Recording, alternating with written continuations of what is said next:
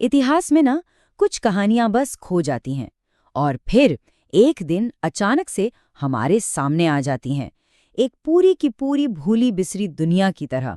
आज हम एक ऐसी ही खोई हुई दुनिया की कहानी जानने वाले हैं, जो बहुत विशाल थी, रहस्यमयी थी और अपने समय से हजारों साल आगे थी।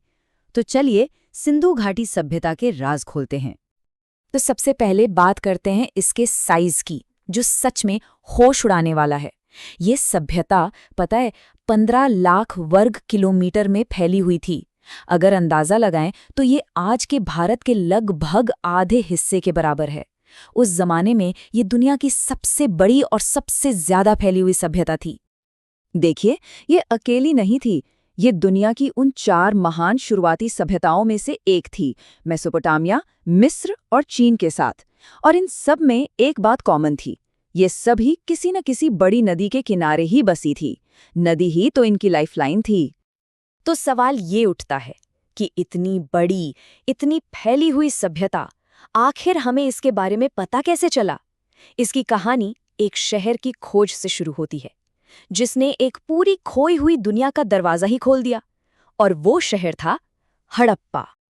हुआ ये कि साल 1921 में एक आर्कियोलॉजिस्ट थे, दयाराम साहनी। उन्होंने हड़प्पा की खोज की। ये एक बहुत बड़ी पहेली का बस पहला टुकड़ा था। और जानते हैं, इसी वजह से सिंधु घाटी सभ्यता को हड़प्पा सभ्यता भी कहा जाता है। इस एक खोज ने जैसे इतिहास का नक्शा ही हमेशा के लिए बदल दिया, ये बताकर कि यहाँ एक बहुत बड़ी अनजान दुनिया दफन है। लेकिन जो बात इस सभ्यता को सबसे अलग और हैरान करने वाली बनाती है, वो हैं इनके शहर। ये शहर ऐसे थे मानो किसी आज के आर्किटेक्ट ने इनका नक्शा बनाया हो। मतलब अविश्वसनीय रूप से एडवांस्ड और एकदम व्यवस्थित। उन्होंने इस्तेमाल किया ग्रिड सिस्टम का। इसका मतलब है कि सड़कें एक दूसरे को बिल्कुल 90 डिग्री के एंगल पर काटती थी, जिससे पूरा शहर एकदम नपे तुले ब्लॉक्स में बटा होता था।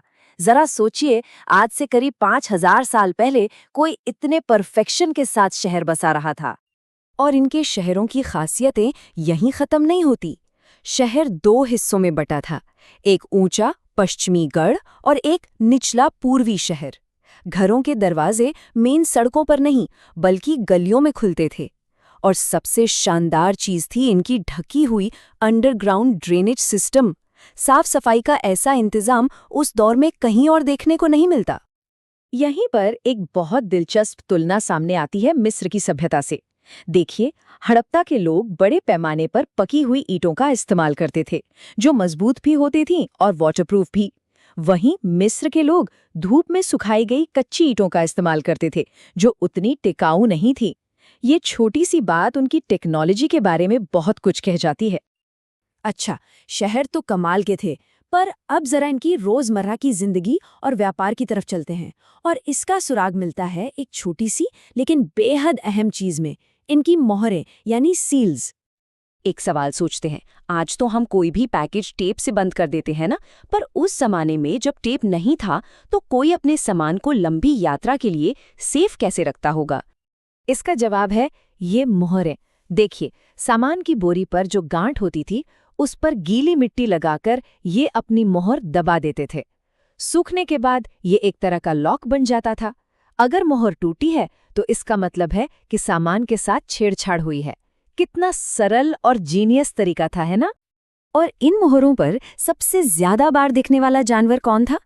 कोई शेर, हाथी या बैल नहीं, बल्कि एक रहस्यमयी यूनिकॉर्न, एक सींग वाला जानवर। मोहनजोदाड़ो में मिली 60% से ज्यादा मोहरों पर यही निशान है, जो शायद इनके किसी बड़े कल्चरल या धार्मिक सिंबल की ओर इशारा करता है। ऐसी ही एक और बहुत मशहूर मोहर है पशुपति की मोहर। इस पर एक योगी की मुद्रा में बैठी आकृति है, जो जानवरों से घिरी हुई है। कई एक्सपर्ट्स इसे भगवान शिव का एक शुरुआती रूप यानी प्रोटो शिवा भी मानते हैं। ये हमें उनकी धार्मिक मान्यताओं की एक छोटी सी झलक देता है। चलिए, अब इस सभ्यता के कुछ खास शहरों के अंदर झांक कर देखते हैं, क्योंकि हर शहर की अपनी एक अलग कहानी है, अपना एक अलग आविष्कार। सबसे पहले मोहनजोदड़ो, और यहाँ की सबसे मशहूर जगह है विशाल स्नानागार। ये कोई मामूली स्विमिंग पूल नहीं था, ये एक बहुत बड़ा वाटरप्रूफ पब्लिक पूल था, जिसे शायद खास धार्मिक अनुष्ठानों के लिए इस्तेमाल किया जाता था। ये उस जमाने की इंजीनियरिंग का एक बेजोड़ नमूना है। फिर चलते हैं गुजरात के लोथल। इसे दुनिया का सबसे पुराना मैन मेड डॉकयार्ड माना जाता है। एक ऐसा गेटवे जो इस सभ्यता को समंदर पार मेसोपोटामिया जैसी दूर दराज की सभ्यताओं तक से जोड़ता था। लेकिन शायद सबसे हैरान करने वाली कहानी है धौलावीरा की। ये शहर गुजरात के कच्छ के सूखे रेगिस्तान में बसा था, जहां पानी की बहुत ज्यादा कमी थी। पर यहाँ के लोगों ने हार नहीं मानी। वो लोग सिर्फ बारिश का इंतजार नहीं करते थे, उन्होंने प्रकृति के साथ मिलकर काम किया। उन्होंने 2 मौसमी नालों पर बांध बनाए और बारिश के पानी को चैनलाइज करके 16 बड़े बड़े जलाशयों में इकट्ठा कर लिया। यहाँ इतना पानी जमा हो जाता था कि बिना बारिश के भी पूरा शहर साल भर गुजारा कर सकता था। इतनी एडवांस प्लानिंग, इतनी जबरदस्त इंजीनियरिंग, इतना सफल व्यापार, तो फिर हुआ क्या? ये लोग गए कहाँ? ये सवाल हमें इस कहानी के सबसे बड़े रहस्य की ओर ले जाता है। इस महान सभ्यता का अंत कैसे हुआ? लगभग 2000 ईसा पूर्व के बाद ये सभ्यता ढलान पर जाने लगी, और इसका एक सबूत मिलता है हजारों किलोमीटर दूर मेसोपोटामिया के रिकॉर्ड्स में, जहां 1700 ईसा पूर्व के आसपास अचानक मेलूहा यानी सिंधु घाटी से व्यापार का जिक्र होना बंद हो जाता है। आज भी इतिहासकार इस पर बहस करते हैं। 2 मुख्य थ्योरीज हैं। एक कहती है कि क्लाइमेट चेंज, जैसे नदियों का सूखना, बार बार आने वाली बाढ़ या भूकंप जैसी कुदरती आफतों ने इसे खत्म कर दिया।